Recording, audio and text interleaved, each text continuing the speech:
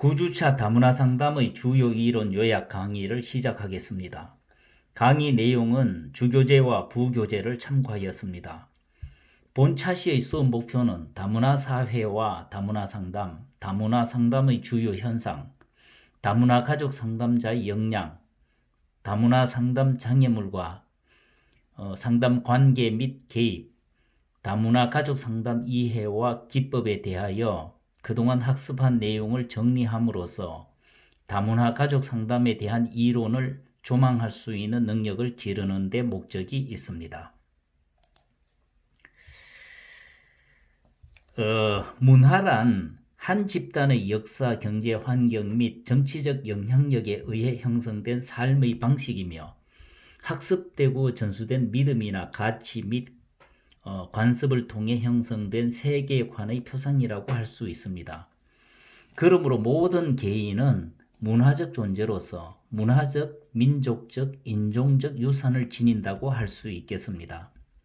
세계관이라는 것은 한 개인이 도덕적, 사회적, 민족적, 철학적 관점으로 자신과 타인 그리고 환경을 바라보는 방식으로서 개인의 세계관은 그의 가치나 믿음 그리고 가정의 원천이라고 할 수 있습니다.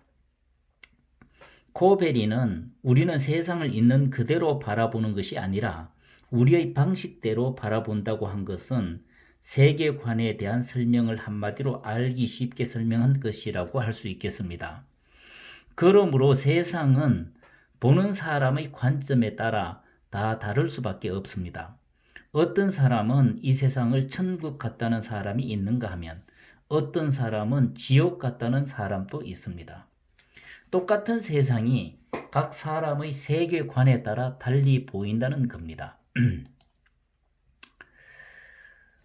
다문화 이론에 대해서 설명하겠습니다. 용광로 이론은 미국이라는 사회를 용광로로 보고 이민자들을 철광석에 비유하여 이민자들이 주류 문화에 용해되어 미국인이라는 새로운 인종으로 동화된다는 주류 문화 중심 이론이라고 할 수 있습니다. 모자이크 이론은 캐나다에서 미국의 용광로 이론 정책을 비판하면서 제기된 이론으로 다양한 조각과 여러 색상의 조각들인 이민자들이 모여서 하나의 모자이크가 완성된다는 이론으로 바탕이 되는 밑그림은 서구 문화를 근본으로 한다는 점에서 다문화적이라고 하기에는 한계가 있다고 하겠습니다. 샐러드 볼 이론은 이민자들이 자신의 모국 문화와 언어를 유지하면서 새로운 정주국의 일원으로 살아갈 수 있도록 하자는 것으로 20세기 후반 세계화 시대로 진입하면서 제기된 다문화 교육 이론이라고 할 수 있겠습니다. 이 이론은 국가나 민족의 경계를 허물어 이민자들의 정체성을 지니게 하려는 것으로 용광로 이론이나 모자이크 이론에 비해 진일보한 이론이라고 할 수 있겠습니다. 문화생태 이론은 자연 생태계처럼 서로 다른 문화적 배경을 가진 인간 사회도 이를 둘러싼 재반 환경에 의해 적절한 균형 관계가 유지될 수 있다는 것을 하나의 체계로 규정하는 이론이라고 할 수 있겠습니다. 다문화 국가의 특성에 대해서 설명하겠습니다. 하나의 민족 집단이 국가를 소유한다는 관념을 거부하며 국가는 모든 시민에게 동등하고 소수 집단들을 동화시키거나 배제하는 정책을 거부할 뿐만 아니라 소수 집단들에게 행해진 역사적 불의를 인식하고 그것을 바로잡으려는 의지가 강하게 나타나는 사회가 바로 다문화 사회라고 할 수 있겠습니다. 다문화 국가의 시민은 다문화주의의 기초인 각기 다른 민족이나 인종의 문화를 인정하는 수용성과 개방성을 가지며 다수 집단의 문화가 소수 집단의 문화를 동화시키려고 하거나 배제하지 않고 소수 집단과 사회적 약자를 존중함으로써 다문화 사회의 실현을 위해 노력하는 사람이라고 할 수 있겠습니다. 마리는 문화 접변 즉 다문화 사회에 살거나 이민이나 식민화 등의 이유로 새로운 문화에 접촉하는 단계를 다음과 같이 5단계로 설명하고 있습니다. 맨 처음 동화의 단계는 자신의 모국 문화를 거부하고 지배적인 문화, 즉 정주국의 주류 문화로 이동하는 단계입니다. 분리 단계는 주류 문화, 즉 지배 문화의 가치와 정체성을 거부하고 자신의 모국 문화적 가치와 정체성을 유지하는 단계입니다. 주변화 단계는 두 문화를 모두 거부하는 문화적 정체성과 자아 효능감이 결여된 단계로서 어느 문화에도 속하지 못하는 단계라고 할 수 있겠습니다. 이중 문화 단계는 지배 문화의 사고방식과 간섭뿐만 아니라 모국 문화의 관습과 정체성을 유지함으로써 유연한 균형을 추구하고 실천하는 단계라고 할 수 있겠습니다.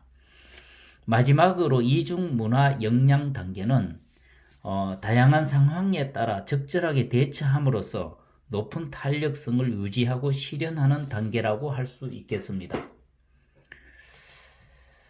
문화적 숙달을 위해서 개인적으로 수행해야 할 것으로는 강한 개인적 정체성을 지녀야 하며 문화적 신념과 가치에 관한 지식과 기술을 지녀야 하고 문화적으로 정서적 민감성을 지녀야 하며 자신이 처한 문화 집단의 언어로 명확하게 의사소통할 수 있어야 하고 주어진 집단 안에서 적극적인 사회적 관계를 유지해야 하며 자신이 처한 문화의 제도적 구조를 잘 극복할 수 있도록 끊임없이 노력해야 합니다.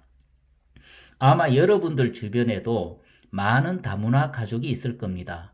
특히 요즘은 학급에도 다문화 가정이 한두 가정은 기본적일 겁니다. 이들 이주민 중에는 빨리 적응하는 사람이 있는가 하면 적응에 어려움을 겪는 사람도 있습니다. 이들을 주의 깊게 살펴보면 잘 적응하는 사람은 분명히 위에 언급한 개인적 수행을 잘 하는 사람일 겁니다.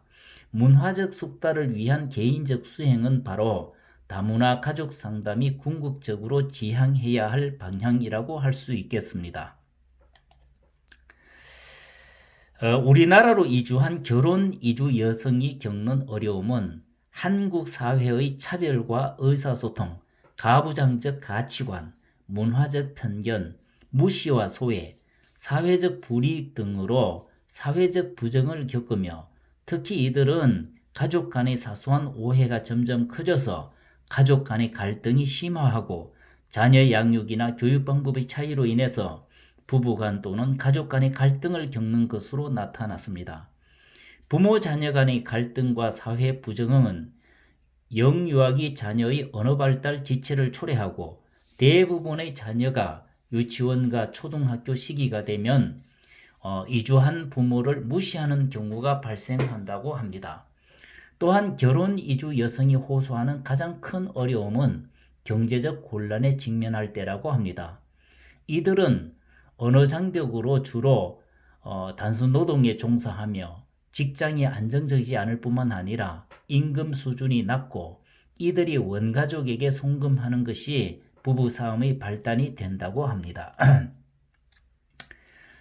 심리학과 정신건강 전문가들의 치료 대상은 일반적으로 집단보다는 개인이며 치료 방법은 특수적이라기보다는 보편적 경향성에 초점을 둔다고 할 수 있습니다. 그러한 이유는 우리 사회는 엄격한 개인주의의 토대를 두고 있기 때문이라고 할 수 있습니다. 우리는 전통적으로 자율성, 독립, 독자성을 가치 있다고 여기는 경향성이 있습니다. 예를 들면 남에게 의지하지 마라라든가 또한 자신의 일을 스스로 하거나 누구의 도움을 받지 않고 성사시켰을 때 더 칭찬받는다는 겁니다. 심리학의 전통 또한 보편적 수준과 일치합니다. 인간의 행동을 설명할 때 보편적 사실, 원리, 법칙 추구에 주안점을 두고 있음을 알 수 있습니다. 또한 사회 정치적으로는 집단 수준의 정체성 연구에 소홀할 수밖에 없었습니다.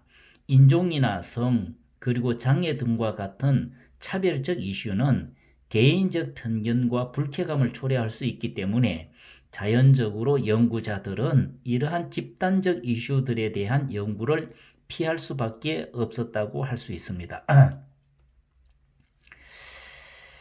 전통적 상담과 다문화 상담 그리고 사회정의 상담은 공이 넓은 의미로는 일상생활에 어려움을 겪는 내담자가 생활 장면에서 잘 적응할 수 있도록 돕는 것이라고 할 수 있습니다. 그러나 좁은 의미로 볼 때 미세한 차이점이 있음을 알 수 있습니다. 상담의 목표는 전통적 상담은 개인의 심리 치료에, 다문화 상담은 치료와 예방에, 사회정의 상담은 예방에 중점을 두는가 하면 상담의 대상은 전통적 상담은 개인에, 다문화 상담은 개인과 집단에, 사회정의 상담은 집단과 체제에 중점을 둡니다. 상담의 지향점은 전통적 상담은 개인 역량 강화에, 다문화 상담은 집단 기능에, 사회정의 상담은 사회체제 변화에 역점을 두며 상담자의 역할은 전통적 상담은 1대1 치료자로, 다문화 상담은 체제적 개입자로, 사회정의 상담은 자문가와 옹호자의 역할을 한다고 할 수 있습니다. 그러므로 인해 전통적 상담은 심리치료적 문제에, 다문화 상담은 사회문화적 문제에, 사회정의 상담은 사회정치적 문제에 관심을 가지지 않을 수 없음을 알 수 있습니다.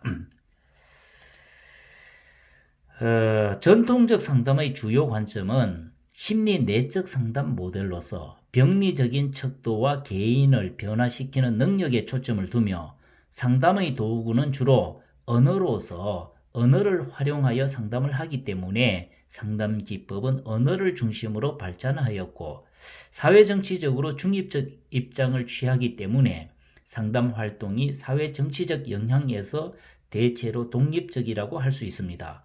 반면에 다문화 상담과 사회정의 상담은 어느 사회든 사회정치적 영향력이 미치지 않는 곳은 없다는 전제하에 상담 또한 예외가 아니라는 입장을 취하고 있습니다.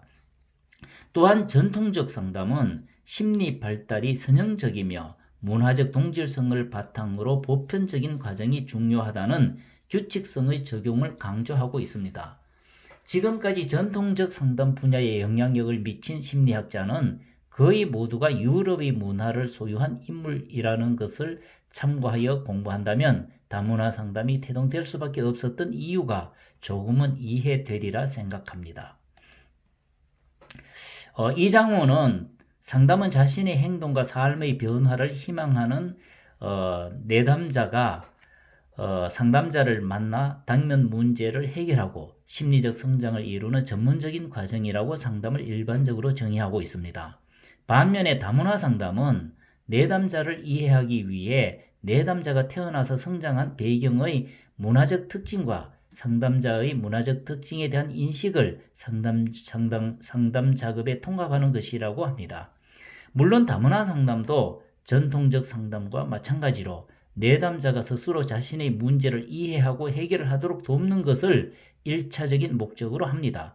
다만 내담자 문제의 원인에 사회 체계적 억압과 차별의 요소가 있음을 중요하게 다룬다는 점에서 전통 상담과 다르다고 할 수 있겠습니다.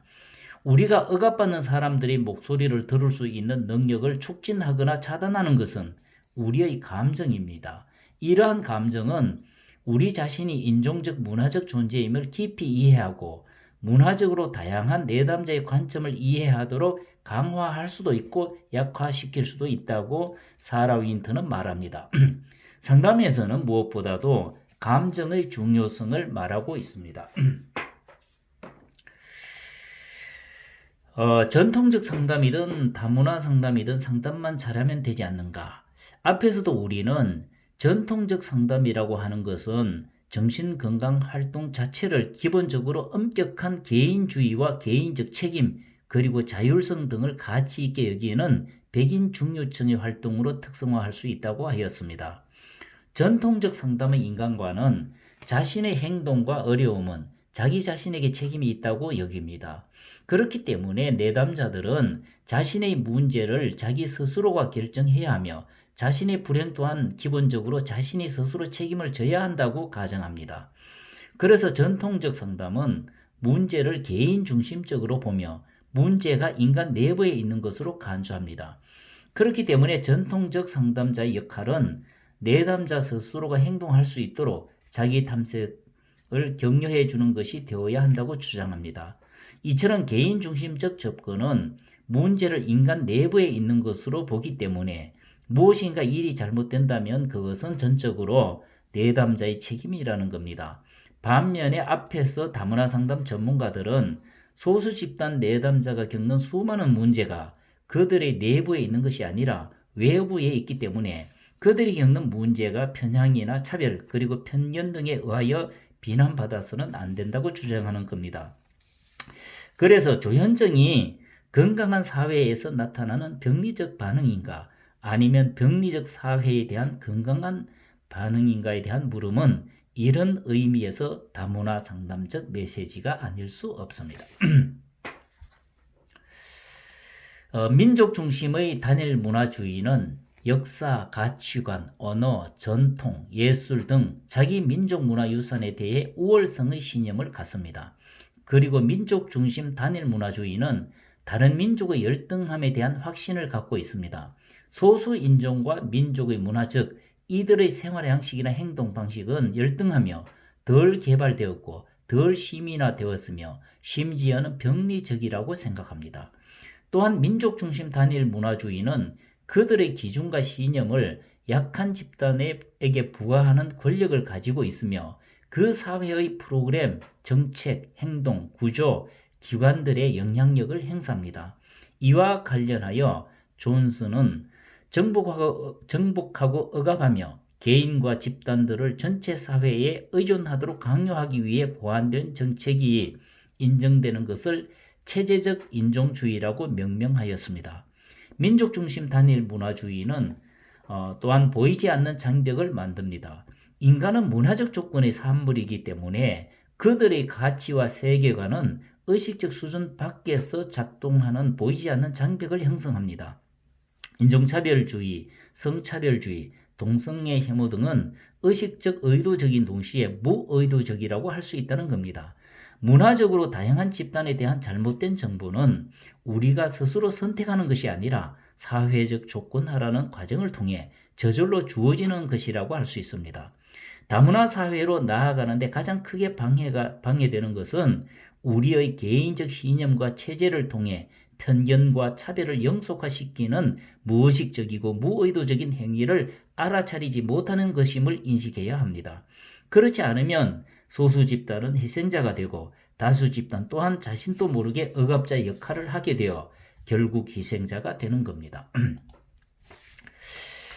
민족중심 단일 문화주의가 상담에 미치는 영향에 대해 살펴보겠습니다. 냉정하게 대처하자라는 말은 아프리카계 미국인이나 소수 집단이 자신들의 진짜 감정을 숨기는 데 사용해왔던 하나의 방법입니다. 소수민족인 아프리카계 미국인 어머니들이 주류 사회에서 살아남기 위해서 아이들에게 공격성을 간접적으로 표현하기, 자신의 생각을 숨기고 타인의 생각을 알아차리기, 파장을 최소화하기 위해 고안된 의례화된 동조, 복종의 행동하기를 가르쳤던 겁니다. 이런 이중 정체성 속에서 진짜 자기는 동료 흑인들에게 드러내고 분리된 자기는 편견을 가진 백인들의 기대를 받기 위해 사용했던 겁니다. 우리가 잘 아는 톰 아저씨 증상 또한 소수 집단 사람들이 유순하고 비주장적이며 즐겁게 사는 것처럼 보이도록 하기 위한 위장술이라고 할 수 있겠습니다. 앞에서 아프리카계 미국인들 자신이 생존하기 위해서 자신의 진짜 생각과 느낌을 알아채는 것을 밀어내고 다른 사람들의 생각을 읽어내도록 강요받는다는 것을 언급한 적이 있습니다. 많은 아프리카계 미국인들은 백인이 하는 말에는 실제로 다른 의미가 숨겨져 있다고 말합니다. 그렇기 때문에 이들은 신체를 통한 의사소통에 민감하고 더 잘 이해할 수 있어야 위험한 사회에서 흑인이 살아남을 수 있다고 생각합니다. 이처럼 소수 집단 사람들이 신체적 언어를 정확하게 알아차려야 할 수밖에 없는 심리적 이유는 우리들에게 중요하고도 의미심장한 메시지를 던지고 있음을 알 수 있습니다. 이를 두고 백인 상담자는 종종 아프리카계 미국인은 비언어적이고 편집증적이며 분노에 차 있고 성격 장애나 정신분열증을 가질 가능성이 높다고 합니다. 과거에도 있었고 현재에도 있는 문화적으로 다양한 집단에 대한 구별은 주류 사회에 대한 소수 집단원의 불신의 기초를 두고 있습니다. 이런 사회 정치적인 분위기에서 소수 집단 사람들은 백인들이 자신들의 진짜 감정을 알아차리지 못하도록 하는 적응적인 도구를 사용할 수밖에 없습니다. 아프리카계 미국인은 백인보다 신체적인 메시지를 더 잘 알아차리며 중요한 내용을 전달하기 위해 언어보다는 신체적 의사소통에 더 의존하는 반면에 백인은 신체적 의사소통보다는 언어적 의사소통을 더 잘 사용하는 것으로도 짐작해 볼 수 있습니다. 문화적으로 다른 일부 내담자들은 백인 상담자가 내담자의 문제에 대하여 백인식의 해답을 제시하기 때문에 상담과 치료에 대해 신뢰하지 못한다고 합니다. 소수 집단 내담자들은 상담실에서도 침착하게 행동하기, 톰 아저씨 반응을 보입니다. 그러므로 내담자가 진정한 감정을 감추고 자기 개방을 하지 않음으로 인해 상담자는 내담자를 알아차릴 수 없습니다. 이처럼 상담자가 상담실에서 결국 무엇을 어떻게 하느냐는 매우 중요합니다. 상담자가 어떻게 하느냐에 따라 상담자의 신뢰성이 결정되고 상담에서의 라포가 형성되기 때문입니다. 상담자의 신뢰성과 전문성에 대해 살펴보겠습니다. 신뢰성은 일관성과 정체성의 틀을 만드는 것으로 이것은 한 개인이 믿음직스럽고 능력이 있으며 의지할 만하다는 생각이 들게 하는 특성들의 집합이라고 할 수 있겠습니다. 상담자가 신뢰성을 얻기 위해서는 전문성을 겸비해야 합니다. 전문성은 능력의 변인인 반면 신뢰성은 동기의 변인입니다. 전문성은 사람들이 상담자를 얼마나 지식이 많고 능력이 있으며 똑똑하다고 보는가에 달려 있습니다. 신뢰성은 상담자가 근거 없는 주장을 해도 사람들이 믿을 만한 사람으로 인식하는 정도에 달려 있다고 할 수 있겠습니다. 전문성에 대한 인식은 흔히 명성이나 학벌 그리고 특별한 훈련의 증거가 되는 자격증의 소지 유무나 그 사람이 하는 일의 숙련도와 유능성의 행동적 증거가 뒷받침될 때 생겨납니다. 내담자가 문화적으로 동일하고 같은 인종의 상담자를 만나는 것보다는 문화적으로 다른 상담자를 만날 때 전문성의 문제는 더 크게 제기될 수 있습니다. 그러므로 다문화 상담에서는 상담자가 행동에 기반한 전문성, 즉 내담자를 도울 수 있는 능력을 보여주는 것만이 전문성을 나타내는 핵심적 틀이라고 할 수 있겠습니다. 내담자는 상담자가 신실하고 정직하며 개인적 욕구를 추구하지 않을 것으로 느껴질 때 상담자를 신뢰합니다. 정신건강 전문가는 종종 현 체제의 대리인으로 인식되기 때문에 이런 권위적인 역할에는 신뢰가 주어지지 않을 수도 있습니다. 상담자가 내담자와의 상담 관계에서 신뢰성을 얻기 위해서는 적절한 자기 개방과 신실함, 그리고 내담자의 복지를 증진하기 위한 비밀 보장과 상담자의 진솔성이 뒷받침이 될 때 내담자는 상담자를 신뢰하게 됩니다. 일반적인 내담자보다는 소수 집단 내담자를 상담할 때 상담자 자신이 믿을만하다는 것을 이들에게 증명해 보여야 하는 책임이 크다는 것을 명심해야 합니다. 참고로 유색인 내담자는 자기 개방을 할 준비가 되어 있지 않거나 자기 방어를 위해 특정한 행동을 할 수 있습니다. 이런 것은 병리적인 것이 아니고 그 유용한 생존 기술을 보여주는 것일 수도 있습니다. 소수 집단 내담자들은 조력 전문가의 전문적 지식보다는 진정성, 성실성, 개방성을 더 중요하게 여긴다는 것을 명심할 필요가 있습니다. 차별은 편견에 근거하여 개인에게 부정적으로 대하는 의식적, 무의식적 행동입니다. 상점에서 물건을 고르다가 가난해 보이는 유색인 손님들이 들어오는 것을 보고 그냥 나와 버린다면 이 또한 무의식적인 차별입니다. 차별은 유리한 결정 또는 사실에 근거한 결정보다는 편견에 근거한 결정을 유도하기 때문에 더 해롭습니다. 차별과 편견은 서로 관련이 있지만 그 연결이 항상 인과적인 것은 아닙니다. 억압에 참여하는 주류민과 소수민 사이에서 종종 차별이 발생합니다. 인종차별, 성차별 등 차별의 형태는 매우 다양하며 차별이 행해지는 범위 또한 개인적 차원, 사회문화적 차원, 그리고 제도적 차원 등 다양합니다. 주류민은 소수민의 관습이나 행동을 의도적, 무의도적으로 가치절하하고 소수민은 주류민의 사고방식에 휘둘려서 스스로 부정적인 정서를 느끼며 당당하지 못하게 행동합니다. 주류민은 자신의 행위를 인식조차 하지 못하는 경우가 많고 부정적인 정서를 느끼는 소수민에 대하여 2차적 비난을 하는 피해자 비난의 상호작용이 계속될 수 있음을 명심할 필요가 있습니다.